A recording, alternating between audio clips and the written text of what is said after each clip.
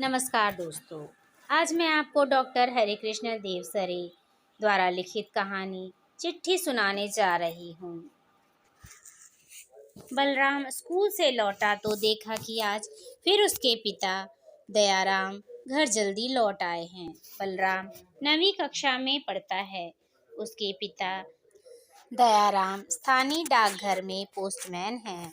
बलराम ने पूछा, बाबू आज फिर आप जल्दी आ गए? हाँ, क्यों? तू क्या मेरा अफसर है जो इस तरह पूछ रहा है? कुछ गुस्से से दयाराम बोला। नहीं, मैंने सोचा तबीयत तो ठीक है, कहता हुआ बलराम अंदर कमरे में चला गया तो बिना बंटी चिट्ठियों का बंडल रखा देखा।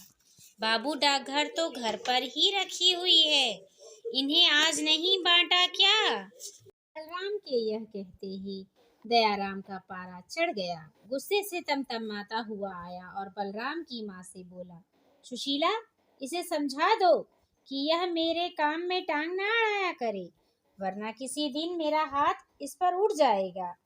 बलराम कुछ नहीं बोला, वहां से हट गया और किताबें कॉपियां संभाल कर रखने लगा। दयाराम अभी बड़बड़ाए जा रहा था। चिट्ठियां नहीं बांटी तो क्या हो गया? कोई पहाड़ नहीं टूटने वाला है, आज नहीं तो कल बट जाएंगे। कहते कहते दयाराम बाहर चला गया और पड़ोस में बंसी मैकेनिक के यहाँ जाकर ताश खेलने लगा। बलराम को भूख लगी, हाथ मुंह धोकर आया, तब तक माँ ने खाना गरम कर दिया था। बलराम ने खाना खाते खाते माँ से पूछा था, माँ, बापू अपनी ड्यूटी छोड़कर अक्सर घर क्यों चले आते हैं? मैंने कई बार समझाया बेटे, पर मेरी सुने तब ना। लेकिन कभी बाबू के अफसर को पता चल गया तो क्या? वह सजा देगा और क्या। फिर कुछ रुककर माँ ने कहा, पोस्टमैन अगर रोज की चिट्ठियाँ रोज न बांटे और घर पर रख ले तो यह गैर कानूनी भी है। कभी कोई हादसा हो जाए, चिट्ठियाँ जल फट जाएं, तो किसी मुसीबत में पड़ जाएंगे तेरे बापू। फिर चिट्ठियों में चेक ड्राफ्ट भी होते हैं, सरकारी हुक्म भी होते हैं। कोई शिकायत कर दे कि इसने बुरी नीयत से चिट्ठियाँ घर पर रोकी हैं, तो लेने के देने पड़ जाएंगे कि नहीं? तो बापू क्या कहते हैं? बलराम ने पूछा। कहते हैं, धूप नहीं देखती, मैं क्या इंसान नहीं हूँ जो इतनी तेज धूप में चिट्ठियाँ बांटूंगा। कभी कहते हैं, कितनी तेज बारिश हो रही थी, घर चला आया। कभी कहते हैं, इतना बड़ा इलाका दे रखा है, चिट्ठियाँ बांटते बांटते शाम हो जाती हैं। डाक बाबू से कितनी बार कहा कि इलाका कम कर दो, पर सुनते ही नहीं हैं, तो मैं भी अपनी मर्जी से काम करता हूँ। यह तो कोई बहाना ना हुआ, ड्यूटी तो ड्यूटी ही होती है। बलराम ने कहा, लोगों को तो समय पर चिट्ठी मिलनी चाहिए, इसमें लोगों की क्या गलती कि उन्हें आज की चिट्ठी कल मिले। उस दिन स्कूल में छुट्टी थी। बलराम के कुछ दोस्तों ने दिन में कैरम खेलने का प्रोग्राम बनाया। बलराम तो चैंपियन था, उसे तो जाना ही था। उसको इरोज कॉलोनी में संदीप के घर पहुंचना था, लेकिन जब बलराम वहां पहुंचा तो संदीप उसे बाहर ही उदास सा बैठा मिला। क्या बात है, तू कुछ परेशान है? हाँ यार, मेरे बड़े भैया कई महीनों से नौकरी के लिए परेशान हैं। पिताजी के रिटायर होने के बाद से हमारे घर की हालत अच्छी नहीं है। पिताजी की पेंशन से गुजारा नहीं होता। बड़े भैया का मुश्किल से एक जगह चयन हो गया था और उन्हें नियुक्ति पत्र भेजा गया। पत्र में नौकरी पर आने की आखिरी तारीख कल थी, लेकिन पत्र आज मिला। भैया जब वहां गए तो पता चला कि नौकरी अब दूसरे नंबर वाले को दे दी गई है। पत्र अगर कल ही मिल जाता तो भैया के हाथ से नौकरी न जाती। न जाने कहाँ पड़ी रही वह चिट्ठी। डाक खाने वालों को भी न जाने क्या हो गया है। बस यार, इसलिए आज घर में सबका मूड खराब है। बलराम ने सारी बात सुनी तो उसका दिल धक से रह गया कि कहीं वह चिट्ठी बांटने में उसके पिता का हाथ तो नहीं था। पर वह इस सवाल को अपने मन में ही दबा गया था, क्योंकि उसके इन दोस्तों को यह नहीं मालूम था कि उसके पिता पोस्टमैन हैं। तभी संतू आ गया। वह भी इरोज कॉलोनी में ही रहता है। संतू ने आते ही कहा, यार, आज कैरम का प्रोग्राम कैंसिल करो। संदीप बोला, मैं भी यही कहने वाला था, पर सोचा कि बलराम इतनी दूर से आया है। अरे यार, गोली मार कैरम को। मूड अच्छा ना हो तो कैरम खेलने में मजा भी ना आएगा, बलराम ने कहा। फिर उसने संतू से पूछा, लेकिन तू? मेरा मतलब है कि सब ठीक तो है? ठीक तो नहीं है। मेरी दीदी कल से परेशान है। वह बैंक की परीक्षा में बैठने वाली थी। उनका एडमिशन कार्ड आने वाला था। कल से परीक्षा शुरू हो गई और एडमिशन कार्ड आज डाक से आया, जबकि इस शहर में सबके कार्ड परसों तक आ चुके थे। कल भी कार्ड आ जाता तो 2 बजे से शुरू होने वाली परीक्षा में दीदी बैठ जाती। पर लगता है उनकी किस्मत ही खराब है। बस कल से रोए जा रही हैं। ना कुछ खाया ना पिया। क्या करे, कुछ बातें ऐसी होती हैं कि जिन पर अपना वश नहीं चलता, जैसे चिट्ठियों का आना। संजू की बात सुनकर तो बलराम का जैसे माथा ही चकरा गया, पर उसने अपने को तत्काल संभाल लिया। उसे लगा था कि जैसे इन घटनाओं के लिए किसी न किसी रूप में वह भी जिम्मेदार है, क्योंकि उसके पिता भी तो पोस्टमैन हैं और वह अक्सर चिट्ठियां बांटने के बजाय उन्हें अपने घर ले आते हैं और फिर जब मन करता है तब बांटते हैं। बलराम संदीप और संतू के पास ज्यादा देर नहीं रुका, सीधे घर चला आया। दयाराम आज भी जल्दी घर आ गया था। वह चिट्ठियों का बंडल एक तरफ फेंककर एक ओर बैठ गया। माँ ने चाय लाकर दी। दयाराम ने चाय पी और उठकर ताश खेलने चला गया। बलराम इतनी देर तक सिर्फ दिखावे के लिए किताब खोले बैठा रहा। उसके दिमाग में अजीब तूफान मचा हुआ था।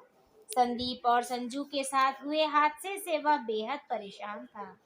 वह मन ही मन यही चाह रहा था कि हे भगवान, इस काम के लिए मेरे बापू न दोषी हों, वरना मैं खुद को कभी क्षमा न कर पाऊंगा। आखिर वे दोस्त मेरे अपने हैं और बाबू भी मेरे पिता हैं। उनके कारण यदि मेरे दोस्तों को दुख पहुंचा है तो भला इसके लिए मैं अपने को कैसे क्षमा कर सकता हूँ। बलराम इसी तरह के विचारों में खोया इंतजार कर रहा था कि उसके पिता चाय पीकर कब बाहर जाएं और वह यह देखे कि चिट्ठियों पर किस इलाके का पता लिखा हुआ है। वह यह जानना चाहता था कि कहीं बाबू की ड्यूटी इरोज कॉलोनी में तो नहीं है। दयाराम के जाने के बाद बलराम अपनी जगह से उठा। उसका दिल जोर जोर से धड़क रहा था। माँ तो अपने काम में जुटी हुई थी। बलराम धीरे धीरे चलकर चिट्ठियों के बंडल के पास गया। बंडल हाथ से छूटकर गिर गया। जिस बात की आशंका थी वही हुआ। दयाराम की चिट्ठियों का बंडल इरोज कॉलोनी का ही था। उसके सामने संदीप के बड़े भैया का उदास चेहरा आ गया। अगले ही क्षण संतू की रोती बिलखती दीदी उसके सामने आ गई। बलराम निश्चल सा वहीं खड़ा रहा। उसकी समझ में नहीं आ रहा था कि वह क्या करे। बलराम ने तबीयत ठीक न होने का बहाना बनाकर उस रात खाना नहीं खाया। वह सारी रात बेचैन रहा और अपने पिता की गलती से हो रहे दुखद परिणामों की भयावहता के बारे में सोचता रहा। वह सोच रहा था कि ऐसी न जाने कितनी घटनाएं होंगी और लोग दुखी हो रहे होंगे। 3-4 दिन बाद की बात है। दयाराम अपने साथी पोस्टमैनों के साथ डाकघर में चिट्ठियां छांट रहा था। तभी एक साथी ने जोर से कहा, ये लो दयाराम, आज तो तुम्हारे नाम चिट्ठी आई है। यह कहते हुए उसने चिट्ठी का लिफाफा दयाराम की ओर फेंका। मुझे किसने लिखी है चिट्ठी? कहते हुए दयाराम ने लिफाफा उठाया और खोलकर उसके अंदर रखी चिट्ठी पढ़ने लगा। ऊपर लिखा था, पोस्टमैन पिता के नाम बेटे का पत्र। फिर लिखा था, आदरणीय बाबू, आपसे जो बात कहना चाहता हूँ वह शायद आप सामने बैठकर ना सुनेंगे, इसलिए यह पत्र लिख रहा हूँ। बाबू, बहुत सी चिट्ठियाँ आप बिना बांटे ही घर ले आते हैं, उन्हें अगले 1-2 दिन बाद बांटते हैं। इस तरह आप गैर कानूनी काम तो करते ही हैं। चिट्ठी पाने वालों को भी भारी नुकसान उठाना पड़ता है। जैसे मेरे दोस्त संदीप के भाई के हाथ से एक नौकरी इसलिए छूट गई क्योंकि आपने उसके नियुक्ति पत्र की चिट्ठी एक दिन देर से बांटी। इसी तरह संतू की बड़ी बहन बैंक की परीक्षा में इसलिए नहीं बैठ सकी क्योंकि उसके एडमिशन कार्ड वाली चिट्ठी आपने देर से बांटी। इन दोनों घटनाओं से मेरा मन बहुत दुखी हुआ है और लगता है जैसे अपने दोस्तों के साथ यह अपराध मैंने ही किया है। बाबू, आपने कभी सोचा है कि चिट्ठियां बांटने का काम केवल डाकखाने की ड्यूटी नहीं है, बल्कि यह तो एक पवित्र और पुण्य काम है। चिट्ठियां बांटकर आप कितने ही घरों में उनके प्रियजनों का संदेश पहुंचाते हैं। कितने ही भूले बिसरों के खत पहुंचाकर आप दुखी दिलों के आंसू पोंछते हैं। किसी दुखी माँ को उसके बेटे की खैरियत का संदेश देते हैं। किसी मजबूर को उनके बेटे द्वारा भेजा गया मनी ऑर्डर देते हैं। किसी को परीक्षा फल की खुशी, किसी को नौकरी लगने की खुशी देते हैं। शादी के शुभ समाचार भी देते हैं और किसी की मृत्यु की खबर भी पहुंचाते हैं। कितनी जिम्मेदारी का काम करते हैं आप।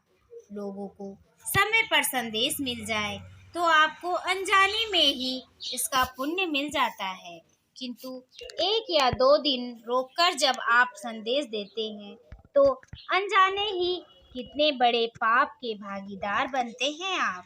संदीप के भैया और संतू की दीदी के दिलों से निकली आह और उसकी पीड़ा क्या आप झेल सकेंगे? मुझे तो लगता है कि आप अपनी सेवाओं के बदले बद्दुआएं और आह बटोर रहे हैं। इनसे क्या आप सुखी रह सकेंगे? क्या इस पाप का असर हम पर नहीं होगा? मुझे आप क्षमा कीजिएगा कि मैं आपको इतनी बड़ी बड़ी बातें लिखने का साहस कर बैठा। मुझे विश्वास है कि मेरा यह पत्र पढ़कर आप अब रोज ही चिट्ठियां बांटा करेंगे। इस तरह आप चिट्ठियां नहीं, खुशियां बांटेंगे और बदले में हम सब भी खुशियां पाएंगे। आपका बेटा बलराम। दयाराम ने चिट्ठी पढ़ी। उसकी आंखों से टप टप आंसू बह निकले। साथियों ने पूछा, क्या बात है? तो उसने आंसू पोंछते हुए मुस्कुराकर कहा, कुछ नहीं, मेरी अपनी बात है, मगर तुम सब लोगों के लिए भी है, तुम भी पढ़ो। और उसने बलराम का पत्र साथियों की तरफ बढ़ा दिया। दयाराम को अपने बेटे पर गर्व हुआ कि वह न केवल सच्चाई और ईमानदारी में विश्वास करता है, बल्कि वह उन निर्भीक बच्चों में से है जो अपने पिता से उनके गलत काम के लिए उनसे कुछ कहने का साहस भी रखते हैं। बलराम ने जिस शालीनता से सारी बात कही थी, उससे साथी पोस्टमैनों ने भी उसकी प्रशंसा की। शाम को दयाराम घर पहुंचा तो उसके हाथों में चिट्ठियों का बंडल नहीं था, उसके हाथों में मिठाई का डिब्बा था। उसने बलराम को मुस्कुराकर गले लगा लिया और कहा, शाबाश, लो गुलाब जामुन खाओ, तुम्हें पसंद है ना? और बलराम मुस्कुरा दिया। पास खड़ी सुशीला पिता पुत्र की मुस्कान देखकर गदगद थी। इस कहानी से आपको क्या प्रेरणा मिलती है, यह कमेंट करके अवश्य बताएं। धन्यवाद।